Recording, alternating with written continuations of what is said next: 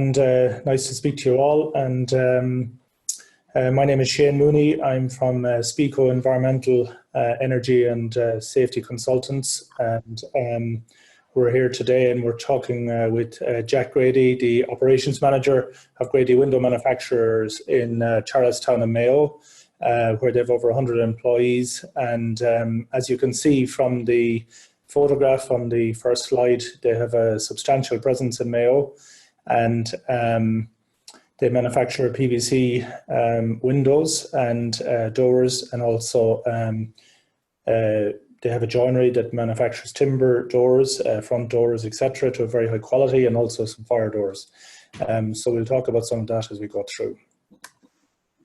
I think no more than some of our colleagues who are on the Lean Business Ireland fora, it's very important to recognise that, you know, if we can't measure something, it's very hard to manage it, being the thesis. And measurement is the first step that leads to control and eventually improvement. And if we can't measure something, we can't understand it. If we can't understand it, it's very difficult to control it. And in the event we can't control it, it's very challenging to improve it. So I think we're all very proud of Tony Houlihan and his colleagues over the last few months. But you can see how well data helped them, and they relied on the data very heavily, and they shared the data with all of us to help our understanding of a crisis. Again, in environmental or energy, I think data is very, very relevant and very worthwhile, and it helps us to make informed decisions. So monitoring and measuring is vital. I think starting with the why is very important, and in the why, I suppose our mission is to assist clients with practical advice, try and give them excellent systems and give them training, and enable the clients to meet their goals, be that energy reduction, be that compliance goals, be that continuous improvement journey that many of us are on. Grady Windows have a number of drivers over the last number of years and into the future. Passive windows is a component of the business, and as you know, the B+ energy rating and the A energy rated homes are being promoted and pushed by the bill and regulations, and that's becoming intrinsically required for new customers as we progress through 2020 and into the future. The programme for government has been very informative, I suppose. The retrofit programme of 500,000 homes is documented clearly in the programme for government. There's a lot of fuel poverty and homes where they're putting heat in, but it's going out through the windows and the doors very quickly. So hopefully retrofit will help in that programme. The carbon tax in the programme for government is going to increase by €7.50 per tonne every year from here to 2030. And that's a substantial, I suppose, cost for a business that's using quite a bit of energy, and tons of CO2 obviously in relation to that. So the goal is 7% annualized carbon reduction, and we can't make that everybody else's job to do. That has to be, we have to look inwards and try and help organizations to deliver that internally, because the goal is a 51% reduction by in the next 10 years. And there's a goal of 0 by 2050. However, hopefully we'll be retired before that. The green procurement agenda is there for all the county councils, for all the public sector. And as Grady Joinery sell into the UK, the green agenda is also there. And construction line is one of the criteria that you quote with, and you've got to upload your environmental policy and your energy policy and your quality policy and your compliance to construction line to quote and to win work in the UK. So all of these pieces of the jigsaw are important to win revenue in the UK and to win business in the UK for Grady Window Manufacturing. And it's an important facet of the business. Green procurement is actually already having a bearing on the sales in 2020. And the National Recovery Plan and EU funds and the stimulus packages that are coming out, we feel they'll have a sustainability terms and conditions applied in some fashion. So that's important to recognise, and I think all businesses need to look at that. And as we reboot our businesses and get back to normal, how can we do that in a holistic fashion, in a way that's more sustainable than it was before, and be that from an environmental point of view and a profitability point of view, and in our perspective, those two things hopefully go hand in hand. It's a family business and the employees care a lot, and I think as we see the under 30s, they would even say that salary is not the only driver for their contentment in employment. They want employers who are environmentally conscious, who are CSR conscious, who are well-being conscious, and all of that. So employee retention in the future will also encompass environmental and CSR in that I suppose offering, as well as meeting the pay requirements and the other needs of employees. Obviously, we've got to be regulatory compliant, whether that's the local county council, whether it's Forestry Stewardship Council, and we need just to be cognizant of all of those different components and make sure we don't fall foul of any of them. And obviously, there are some grants and carbon credits available, and we just need to be aware of those and try and see those as an opportunity and see those as, I suppose, an enabler for progress within the site and within the scope of the site. As I said, we have lots of stakeholders. Those stakeholders are customers who may be builders, or there could be housing associations in Ireland or the UK. Then the actual homeowner, who's the user, they obviously want to put kilowatts of heat into their homes, whether that's from air-to-water heat exchanger or from a range or from a whatever heating source they have, or gas heating. But they want to retain the majority of that, and efficient doors and passive windows and stuff like that will help them with that. Regulators are obviously a stakeholder. Our peers, our networks, obviously we have a deep affinity to pass on the planet as good as we can for our kids. The employees and the employees' families are proud of Grady Window Manufacturing in Charlestown, and being able to have an employer that's easy to commute to, accessible, and it's important that they're stakeholders on this journey and that they feel included in it, and that they feel the benefits of accreditation, and when the auditor is gone and they see that we passed another audit, that they get that positive feedback and gratitude for their input into that audit. Obviously, suppliers are critical as we try and lower the environmental impact of products and supplies. And even banks in the future will probably become more critical. We can see banks beginning to offer loans at lower interest for A energy rated homes, or better environmental performing companies. So that's something that we would maybe look at as a driver. Another driver is climate change. This wasn't on our agenda maybe 3 years ago or 4 years ago, but we've had a few dry spells in Ireland. We've had crops that didn't germinate in April and May this year. And when we just take a German drought level drawing on our chart on the right in 2015, you can see the yellow images. And 5 years later, you can see the red images from April this year. And that's not positive.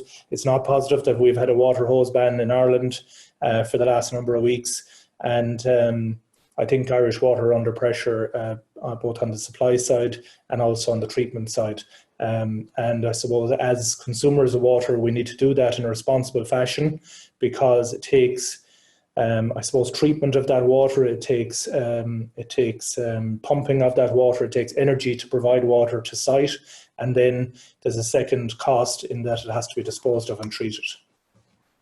I suppose we should all be aware from Enterprise Ireland, and I see Breda from IDA online, that IDA and Enterprise Ireland and Údarás and Gaeltachta all have support here to help you on that lean journey. And the Green Start is the first step if somebody wants to take it. It's 7 days of consultancy, and it's 80% funded. So the company gets €5,000 grant towards the cost of that. So it's 80% funding. Each company can do up to 3 of those projects. So you could do one on a component like energy, and maybe one on a product related standard or something else a few weeks later. So if you wanted to take a more chunky project like ISO 50001 or energy efficiency as a bigger project over a year, the Green Plus programs are there. They could be 40 or 50 days of consultancy up to a maximum €60,000, and it's typically funded 50% towards the consultant's fees, and also some of the time of an internal champion is also funded. So I would say that if the company was looking at it, there would be support on both sides there.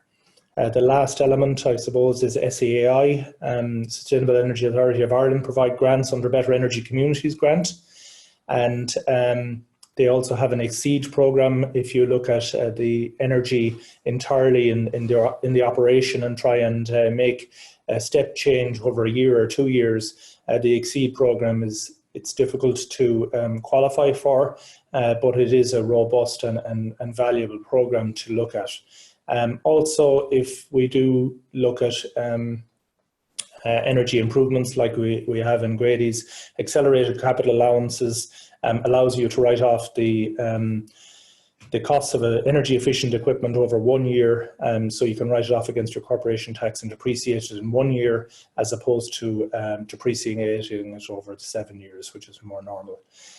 For those of you who want more information, the Green Start and Green Plus is available, and some of the links and some case studies are available, and these slides will be shared afterwards, so you can peruse those at your own discretion. Looking at implementation of the 14,001 and 50,001, the starting line, I sometimes describe it as, where's our line in the sand, and Superman comes to mind. If Superman took the factory out of the field, there'd be a few cows grazing, and if Superman put the factory back in the field, there's emissions to air, there's emissions to water, hopefully there's no emissions to soil, so we don't have any spills, and we use electricity, we use water, we use packaging, we have logistics coming in and out, and all those different environmental aspects need to be thought about. So that's our starting line. We need to look from a strategic point of view at the Paris Agreement and what the goals are, so that we look to map our business over the next number of years, so that they're, I suppose, in line and taking the opportunities that those targets don't become a hurdle in 4 or 5 years that we haven't thought about them. As I said, some of our customers now require environmental policy as well as our quality policy. They also want our environmental policy. We've written those, we've shared them with our employees, we've trained our employees on them, and they've become, I suppose, core values over the last number of months. We've established and monitored systems to monitor our energy and our waste and our water. We've set some objectives, put some procedures in place, and we've looked at the legal register. We have a register that we review periodically every 3 months. We just check how are we complying with the different laws that apply to the business. The 50,001, as you know, it's an environmental policy, I suppose, is where we start. Then what do we do to plan our energy consumption? We look at where are we going to use it, how much are we going to use, and then we begin to monitor and measure it. We do some internal audits and management reviews to see how are we doing it, have we complied with what we said we'd do, and then we can have a management review and an external audit, and it's another set of eyes who can see the wood from the trees, who comes in and helps to accredit the organisation to the standard. I think energy generally, one of this graph is just saying that if we do it in an ad hoc fashion, sometimes we take a fit and we start working in energy and we make cuts and make some minor investments and we drive it down 5% or 7%. But if we take our foot off the gas and look at the next shiny new thing, or get distracted with the business of life, that energy tends to creep back up again, and we don't have the disciplines without the standards in place. So then we just tend to go back into the same cycle. Hurry up and stop is a good analogy, I suppose. If we look at embedded energy management,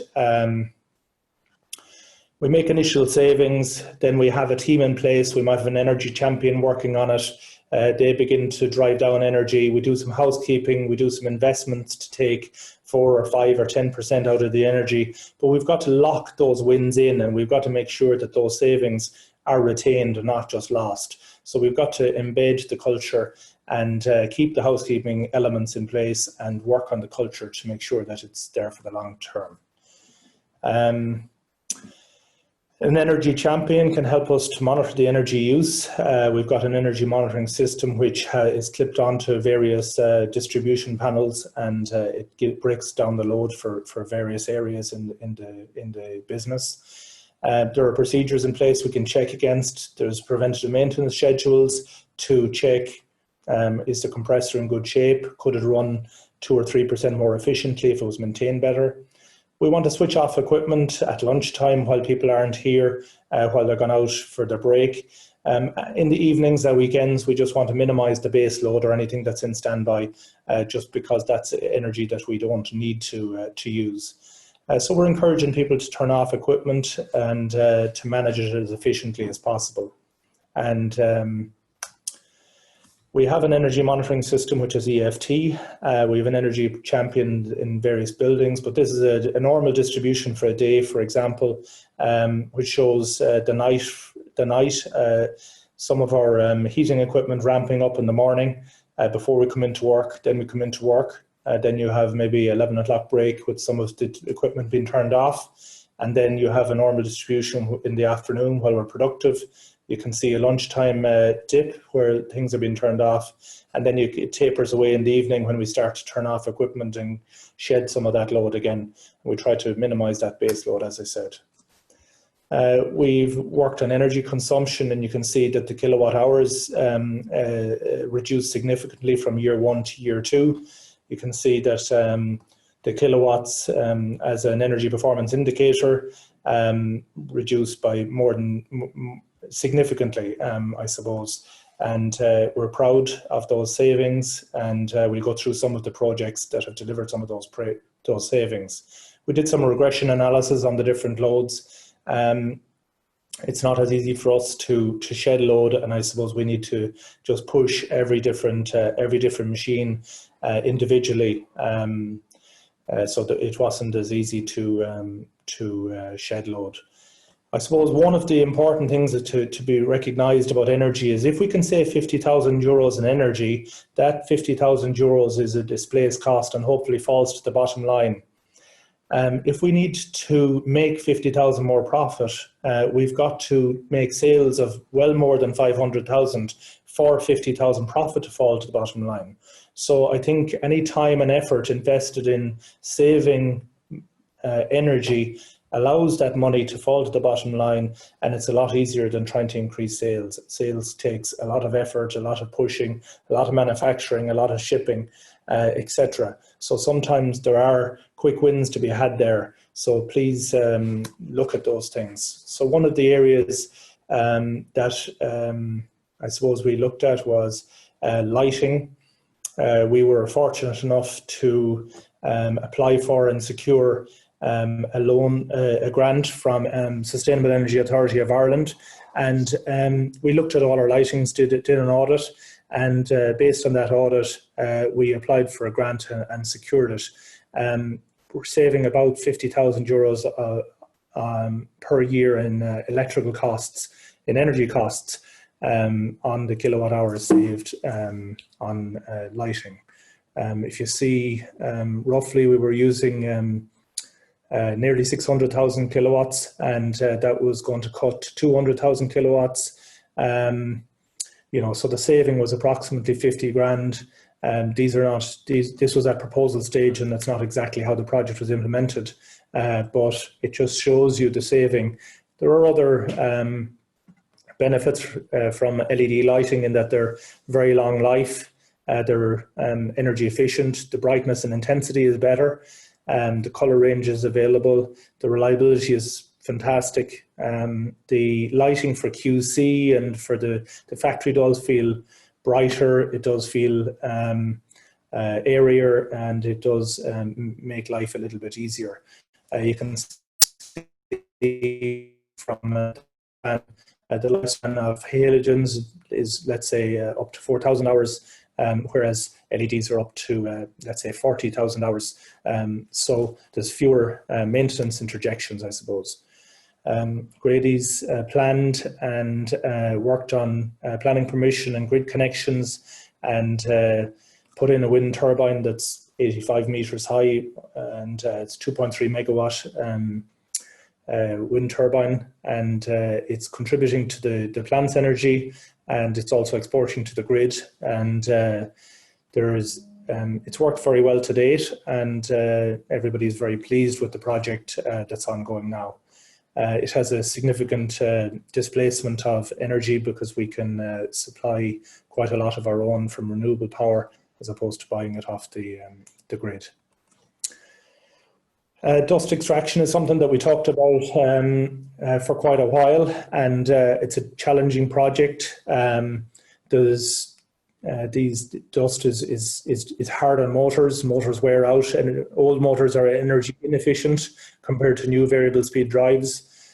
So we did some analysis, and we looked at ductwork, we looked at dampers, we looked at filtration, and we looked at space heating, and various projects came along and demanded heating for paint drying and paint and other processes. So we were putting in more gas heating, using up gas, and more even electrical heating in places, using up electricity. We looked at Exceed last year, and quite a lot of due diligence was done around this time last year, and an application was made to SEAI, and SEAI are funding a project approximately 40% to retrofit in a biomass boiler and improved extraction control. So that'll help space heating. It'll improve the thermal comfort in winter, and hundreds of tons of waste will be used, I suppose, to heat the premises as opposed to gas. The waste wood burner will be delivered between here and September, and we'll save 200,000 kilowatts at least. We'll probably displace 150 tons of CO2, and hopefully, while there's a big investment to do it, and with COVID and Brexit and all of these things, it's a challenge to put money into the business, but we believe that the ROI is hopefully less than 5 years with the support and with the project as currently scoped. Air leaks is a pet hate of mine.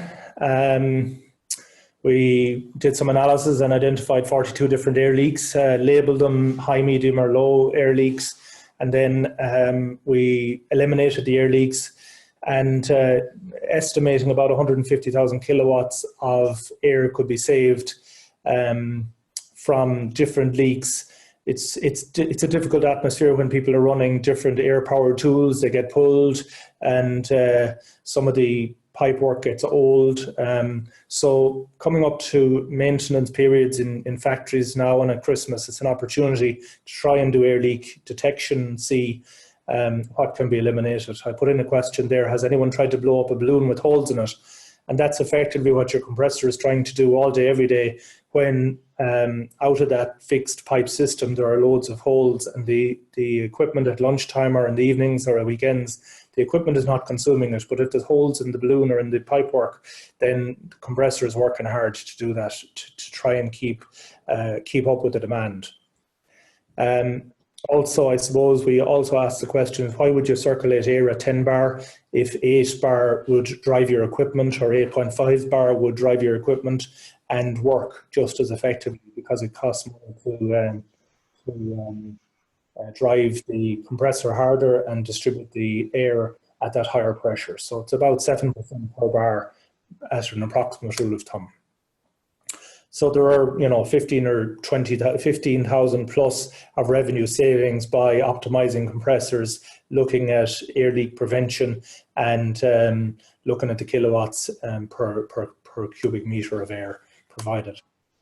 We've looked at water, we looked at reducing hazardous waste and treating them properly, whether they're aerosols or whether they're wipes or paint or etc. We reinstated some diesel bunds and double skin tanks to reduce the risk. We put in extra bunding for paint with the organisation, did some noise monitoring, did some rainwater being used for washing trucks, water testing and savings done. And Forestry Stewardship Council is something that we also managed, and CE marking is something that's ongoing. I suppose on a broader agenda, the government in our getting back to work, we're looking at all the different things from education, building retrofit, ecosystems, R&D to try and get products, as I said, to passive and other things like that. The market is changing. Danone are gone carbon neutral in the news this week. Microsoft are putting a lot of money behind getting carbon negative by 2030. And Nestle are putting $2 billion into displacing plastic packaging, and sustainability, circular economy is also the agenda item, and we're looking at other drivers. We also have logistics, company vans, trucks, and here's just a slide showing that it might have cost 70 cents per kilometre. Hopefully with electric and with other fuel sources in the coming years, that can reduce, so we can, I suppose, reduce the overhead in the business. Solar is something that will be looked at. Solar costs are reducing generally, and hopefully they'll continue to reduce as the volumes of solar increase and the manufacturing capacity increases. So solar is an option. There's plenty of roof space in the factories, as you saw from the first slide. So it is an option to supplement the wind with more PV. I think working from home, working remotely, maybe reducing the amount of sales people going to sales calls and all of that is an aside. But I just thought that coronavirus showed that Zoom calls, including this one, went from 10 million up to 300 million daily participants. And I think if that's an indicator of some of the changes that we're getting into, I think we need to just be aware of them. Digitization is also going to be significant, and we just need to embrace that, and we're embracing it with some of our online monitoring. I'm going to hand over to Jack Grady, and Jack will take you through some of the slides on from a Grady perspective. Thanks for your time and your attention. Hello everybody, my name is Jack Grady. I'm the operations manager here in Grady Window Manufacturing in Charlestown, County Mayo. Just briefly to explain, we're 40 years here in business. We'd like to think that our business has been built on a solid foundation, and we're continually looking at various ways to try and ensure that our business will be strong going forward into the future. So we decided to go about introducing ISO 14001. How do we go about that? Well, we introduced the idea to our employees and to get them to buy in. We're very conscious of the environment, and going forward, it's obviously, as Shane mentioned earlier, in terms of even the new program for government, we say where it talks about, we'll say the carbon emissions and the cost per tonne, etc. So basically we decided to look at what we could do here. So the first thing we decided to do was look at monitor and measure. Basically we decided that we'd monitor our waste segregation. It was the basic place to begin. The old saying is what gets measured will be minded. So basically, rather than putting everything into a bin, you look at, well, what are you actually putting into the bin? For example, we'd have various offcut of metals and so on, and all of a sudden, if somebody is sweeping up the floor and they're not actually watching what they're putting into the bin, well, there could be a little bit of weight from the metal. So obviously, when you go and you do that, next thing, obviously, the weight is considerable, thus the cost per tonne is increased, We are a family business. Sorry, I'll go back here a bit. Just 1 second here now. So we decided,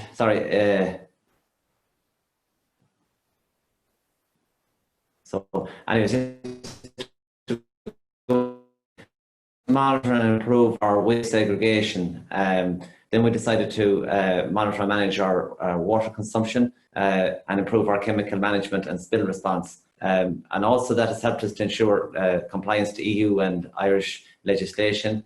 For example, wastewater discharge. We're also monitoring our noise levels, and also it has been a great way of us really managing to improve our housekeeping. Overall, obviously, as I discussed earlier on, this has all helped us reduce our cost, everything from cost of waste disposal right through to the main benefit being the electricity cost. Because of the EFT monitoring system that we have in place, we're now able to see what electricity that we're using, where we're using it. Obviously, there's various departments within our organisation, and then we can see what are we actually using within those areas. That helps us then to actually look at, we say, what machines we have on, when we have them on, why do we need to have them on, do we need to have them on at certain times? And it also identifies very, very clearly if somebody made a mistake and walked off and left a machine on, for example, in the evening, and next thing you look back at your records and say, hold on, we had a spike here, we're over and above, and then you can get to the bottom of that and then say to yourself, well, look at what are we going to do in terms of putting measures in place to make sure that that won't happen again. As it said earlier, you know, we're a family business, 40 years here, and because of that, we're very cautious in terms of what energy we're using. Again, look, we always thought that you know, we were good, but there's always ways of doing everything better. Look, with the help of professionals, services, we soon realised other opportunities existed, and plenty of opportunities more for improvement. Example being the LED lights. Our goal now is to deliver the same productivity in the most energy efficient way. For example, Shane mentioned earlier, hopefully our biomass boiler later on in 2020. In terms of resource requirements, time, well, obviously time is needed to support, time is needed as a support as everybody is busy. The financial resources, grant support helped us, but we invested our own money too, and with the expected return on the investment. Appropriate consultants to identify the gaps and the opportunities. The energy management system helped us see the cost per area, like I detailed earlier on. And obviously, as part of the auditing and reporting, we can see on an annual basis how we're doing. So in terms of our goals, our first and most important goal was to achieve ISO 9000, 14001 and ISO 9000, 50001 through certification. Improvement measures such as reducing energy consumption on site by 5% in the next year, improve our waste segregation and our water consumption. In terms of what we've learned, okay, when we've been audited, it's important to have a good auditor as the company seeks the improvements. A poor auditor might help you pass and achieve certification. However, it will not support continual improvement. If you have a poor auditor, request a new one. It takes time to work on the culture and engage employees. I think because we're a family business and we lead from the front, people actually, we say really buy into that. I'm a firm believer in as do as I do and also do as I say. But as an example, if people see me checking out what we're on and asking the questions in particular about the likes of energy use and why this and why did we leave that machine on? Do we need to leave that machine on? It makes them think for themselves. We must always find ways to work in management systems, otherwise we will not deliver continual improvement And a very important thing here is obviously communicating our achievements to the clients, the suppliers, but also the employees, you know, because they can actually see the results of what we're doing. At the end of the day, all employees want to see a good organisation and want to work for a good organisation. So thank you very much.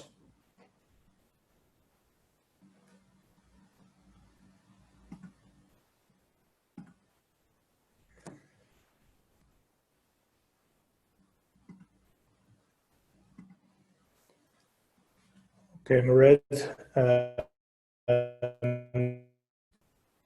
do we want to look at some of the questions that are coming in? Absolutely.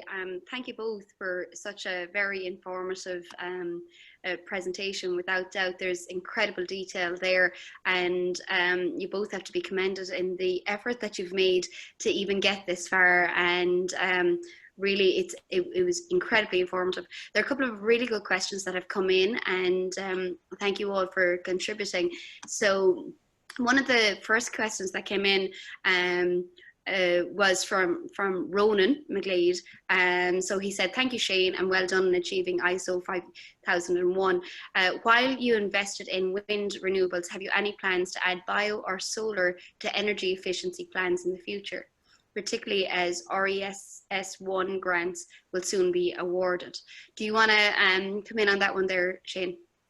I think solar PV is an option, and we will be using biomass for heating, and it will also help to dry the paint in the paint lines. It'll also help, I suppose, the stability of the temperature.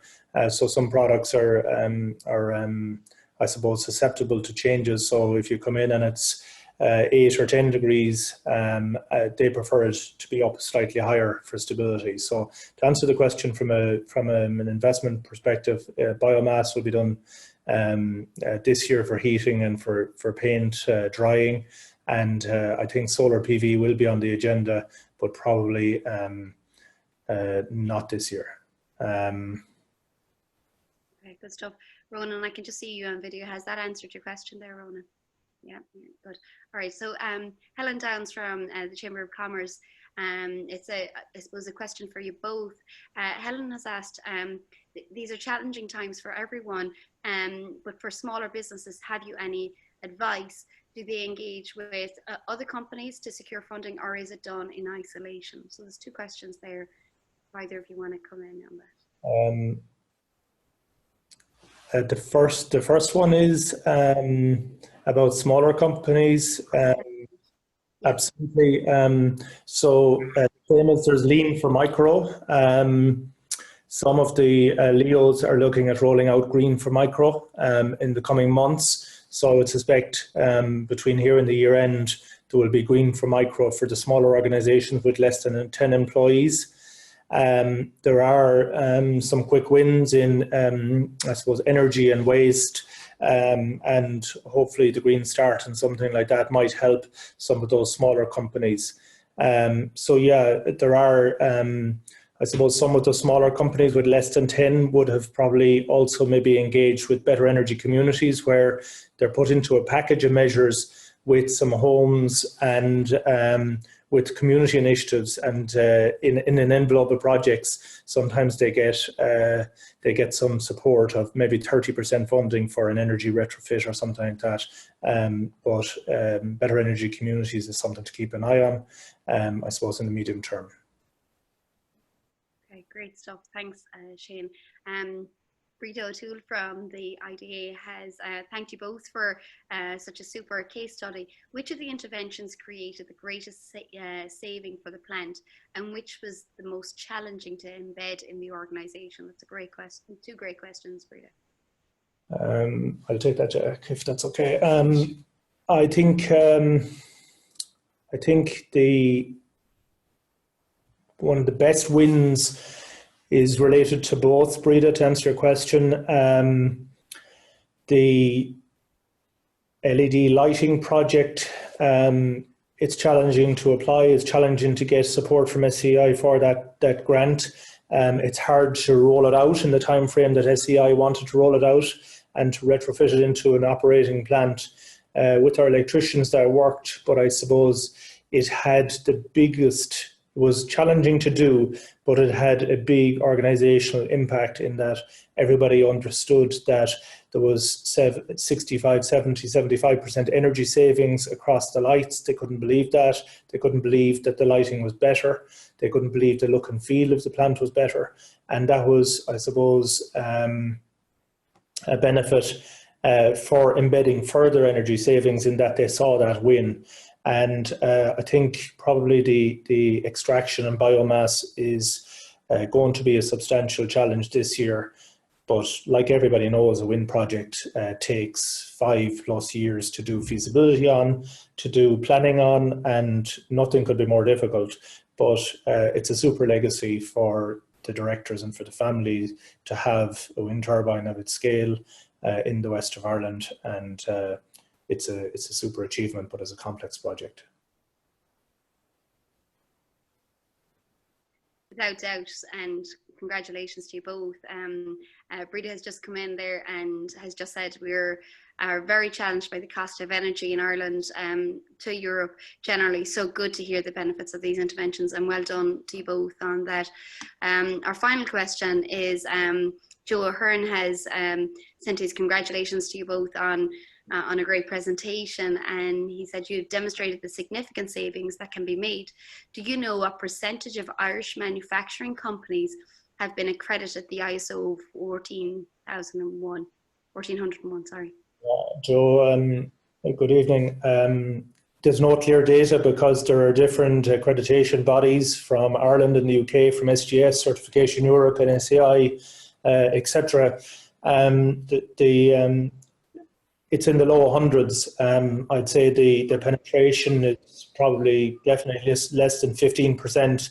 I would have thought the 50,001 as a management standard probably is the quickest one for a payback. It gives you the most savings quickly. And the uptake of that is also quite low.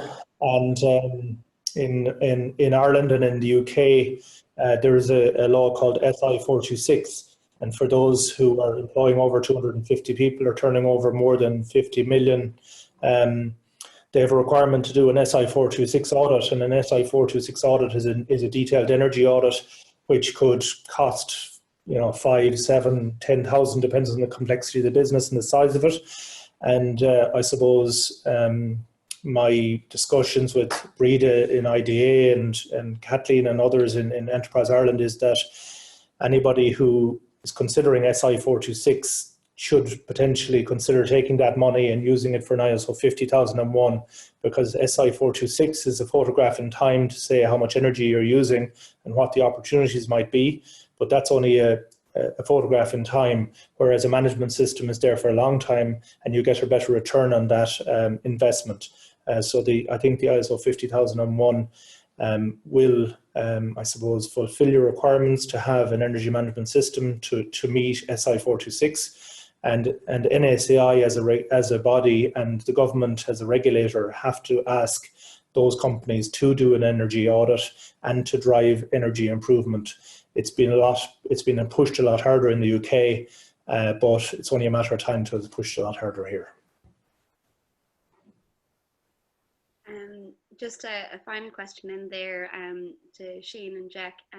Have you looked at energy as a service with a finance partner to avoid CapEx requirements? No, we haven't looked at that in any great way. I think it takes a lot of discipline and a lot of, I suppose, a very clear understanding of all of your fixed components and all of your equipment, what they're using and stuff like that. And this business continues to invest in new equipment and changes our internal. So I'm not sure that we're at the maturity level or we're embedded enough to engage with energy as a service, but it is something that will suit some companies. But it's obviously on the agenda for some companies, but right now it's not on the agenda right now here. Thank you, Shane, for that, and thank you, Jack. It has been most informative.